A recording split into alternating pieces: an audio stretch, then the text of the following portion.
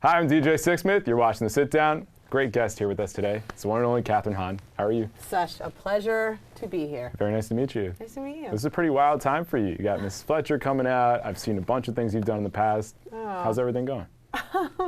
It's great, real cash. Just yeah, plugging away. Just plugging away. Chugging through. No, yeah, it's an exciting time for sure. It's always like a heady, vulnerable time, I guess. Like when stuff's about to come out, I think it's always a little bit vulnerable. You feel a little bit like a raw nerve, but it's exciting. What's the scariest part about putting out a show like this?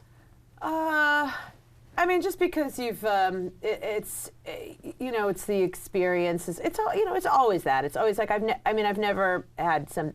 I guess it's just I've never had my. It's never been this. Yeah, this is much different than. Yeah, just like number 7 on the call sheet, which I'm usually which it usually is for me. So I think that's just what it is. But I'm so proud of the cast is so bananas good that I'm surrounded by, and so yeah, it's vulnerable, but it's also exciting, and you also feel like you're kind of like launching. It just feels like you've like birthed your baby, and it's like, here it is. Yeah. Take a look at it. Please, yeah, exactly. Well, I've seen the first 2 episodes, and I'm digging it so far. Okay, great. There's a lot going on for our friend Eve over here. Yeah. She's trying to figure some things out. She is. And she's letting her mind wander, too. So Yes. What were the challenges of playing this role?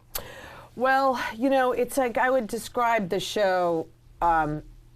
It's based on the book by Tom Perrotta, who did, Leftovers and Election and Little Children. He wrote all the novels for that, and then the adaptations, were based on this books. And I would say this is more of like a dual coming-of-age story. It's kind of a misnomer that it's called Mrs. Fletcher because it's really about like her and her son.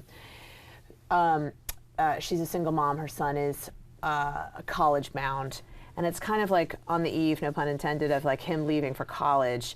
And so they kind of are embarking on these solo journeys. And for Eve, it's really about, her journey for self-exploration, I guess, like trying to figure out who she is after having all these identities put on her, like motherhood, the Mrs. moniker, which is not even hers. She's been divorced 10 years. And she's like, can you just call me Eve? Like, I'm not Mrs. Fletcher. No, she's been divorced 10 years. But how many women still hold on to those divorce names? All the it's so time. Amazingly crazy to me. That she's finally, it's actually through this weird Pandora's box of internet porn for her that she's actually, it's like the most taboo thing that she's able to actually like think about avenues of like authenticity in herself, like through this. And her son, who kind of was like raised himself almost to think that's what women want, or that's what it is to be a man, or that's what it is to be like, cool, and it was kind of accepted in high school. All of a sudden gets to college, and that shit just is not flying. Yeah, it's a totally different story it's like for an him. inverse journey. Right, say. through something like porn, which is fake, but you're finding out real things about yourself, which is a really fascinating concept. Yeah. So, yeah, definitely going to dig deeper on that. That's not intimacy. That's like not the real world. And for either of them, but it's like they're both having these kind of inverse relationships to it, which I think is really interesting. What was it like unpacking like the loneliness of that character as well? Yeah, I mean, I have 2 kids, and so and we're a ways off till they go to college. I was gonna make a joke that it could be ways off. Not sure I it's gonna go down. Listen, who knows? Their own paths. You got time. Who knows? It's their own path. But I bawled when his umbilical cord fell off. So I don't know. I'm going to be a disaster. But I know that it's a deep. Like she had been feeling loneliness for a very, very long time. Like her son and she's it's that kind of relationship, which I think is also very interesting between a mother and son, where it's like the more love she gives him, the more she pushes him away. Right, the further he wants to run away. Yeah. So they had not been close for a long time. So she'd been like dealing with, it's like, and the more close she wanted to get, the more he ran. So I think that like she'd been feeling some deep loneliness for a while. It's also an interesting character to me because as a woman in this chapter of my life, I think it's relatable to me that there's so many women that have just tried to live their life as like the good girl. Yeah. That's like, if I do this, if I stay between these lines, if I don't do anything that's going to cause any waves, I'm not allowed to do that. I'm just going to do this. I'm going to do this. And then all of a sudden you wake up and you're like, what did that fucking get me? Yeah. Look where I am now, 20 years later. My son doesn't like me.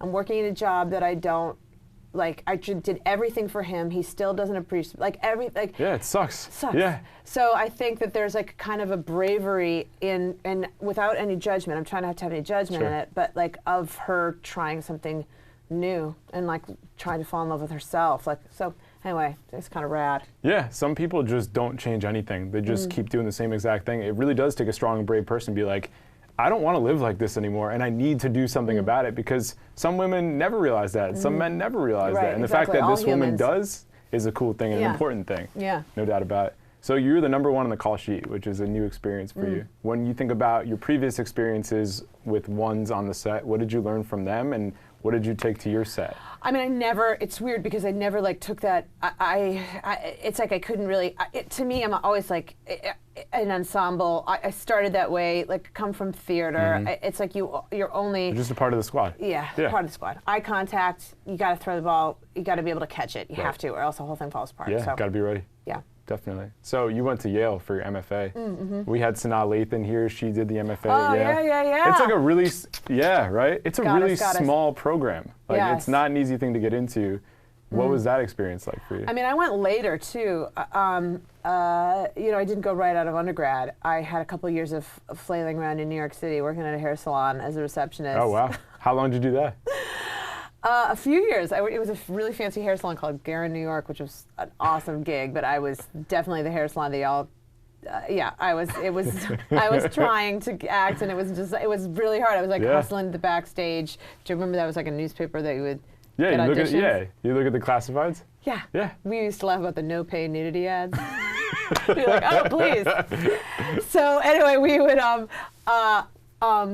I would do Williamstown Theater Festival in the summer, and I got into, I remember getting into Yale and being like, well, this is just like, I was not young. I knew it was not going to be like a career but I just was so excited to just be able to act. Just like I knew it was going to just accrue a shit ton of student debt, but I was like just so. We're going to do it anyway. Yeah. I just wanted You're probably the first person to go from a hair salon to Yale. I don't know. We'll have to see. But it was such a I had the greatest, scrappiest class in the history of Yale, I think, and we were just like, just scrappy and awesome, and they were my favorite performers in the planet, and I just loved that whole experience. That's awesome. Let's talk about some other great experienses. Sure. I'm watching TV the other day. I see Bad Moms Come On.